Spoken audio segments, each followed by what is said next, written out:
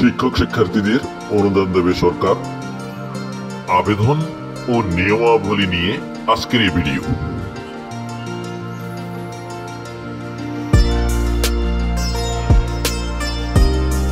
প্রিয় দর্শক, চ্যানেল দর্পণের পক্ষ থেকে আপনাদেরকে স্বাগত জানাচ্ছি।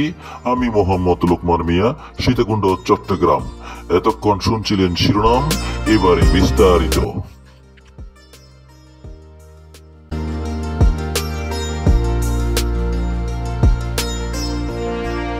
শিক্ষা মন্ত্রণালয় কারিগরি ও মাদ্রাসা শিক্ষা বিভাগের উপসচিব সৈয়দ মোহাম্মদ জাহিদ হোসেন স্বাক্ষরিত চিঠিতে এ তথ্য জানানো হয়েছে।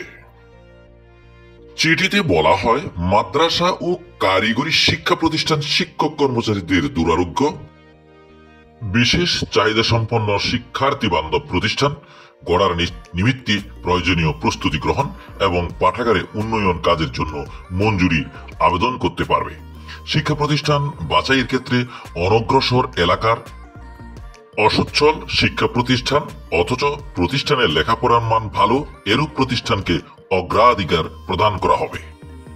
দেশের সকল সরকারি বেসরকারি স্বীকৃতিপ্রাপ্ত, সংযুক্ত স্বতন্ত্র অনুদানপ্রাপ্ত অথবা অনুদানবিহীন ইবতেদায়ী মাদ্রাসা ও স্বীকৃতিপ্রাপ্ত এমপিভুক্ত সরকারি বেসরকারি কারিগরি মাদ্রাসা শিক্ষা প্রতিষ্ঠান শিক্ষক কর্মচারী তাদের জটিল ও ব্যয়বহুল রোগ এবং দুর্ঘটনার জন্য মঞ্জুরির আবেদন করতে পারবেন। সরকারি বেসরকারি কারিগরি মাদ্রাসা শিক্ষা প্রতিষ্ঠানের শিক্ষার্থীগণ জটিল ও ব্যয়বহুল রোগ দুর্ঘটনা এবং শিক্ষা ব্যয় নির্বাহের জন্য মঞ্জুরির আবেদন করতে পারবেন। তবে এ বিষয়ে মঞ্জুরি প্রদানের ক্ষেত্রে প্রতিবন্ধী, দরিদ্র, মেধাবী ও অনগ্রসর সম্প্রদায়ের শিক্ষার্থীদের অগ্রাধিকার প্রদান করা হবে।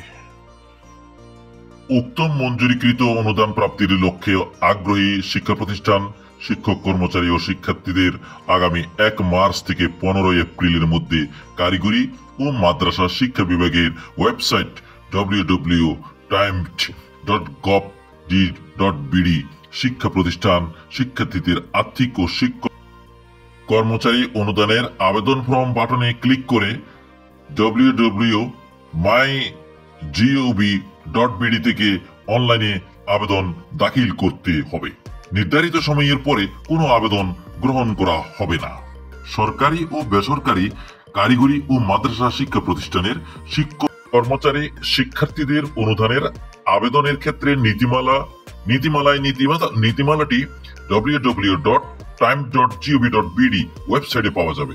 উল্লেখিত সুনির্দিষ্ট কারণ সহ প্রতিষ্ঠানের ক্ষেত্রে কমিটির সভাপতি এবং শিক্ষক কর্মচারী ও শিক্ষার্থীদের ক্ষেত্রে প্রতিষ্ঠান প্রদান কর্তৃক প্রত্যায়িত প্রমাণপত্র অবশ্যই সংযুক্ত করতে হবে।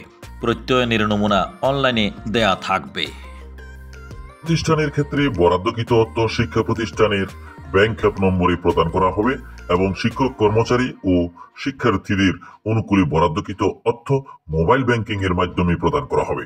এক্ষেত্রে শিক্ষক কর্মচারীকে স্ব মোবাইল নম্বর এবং শিক্ষার্থীদেরকে পিতা মাতা অভিভাবকের মোবাইল নম্বর আবেদনের সাথে সংযুক্ত করতে হবে।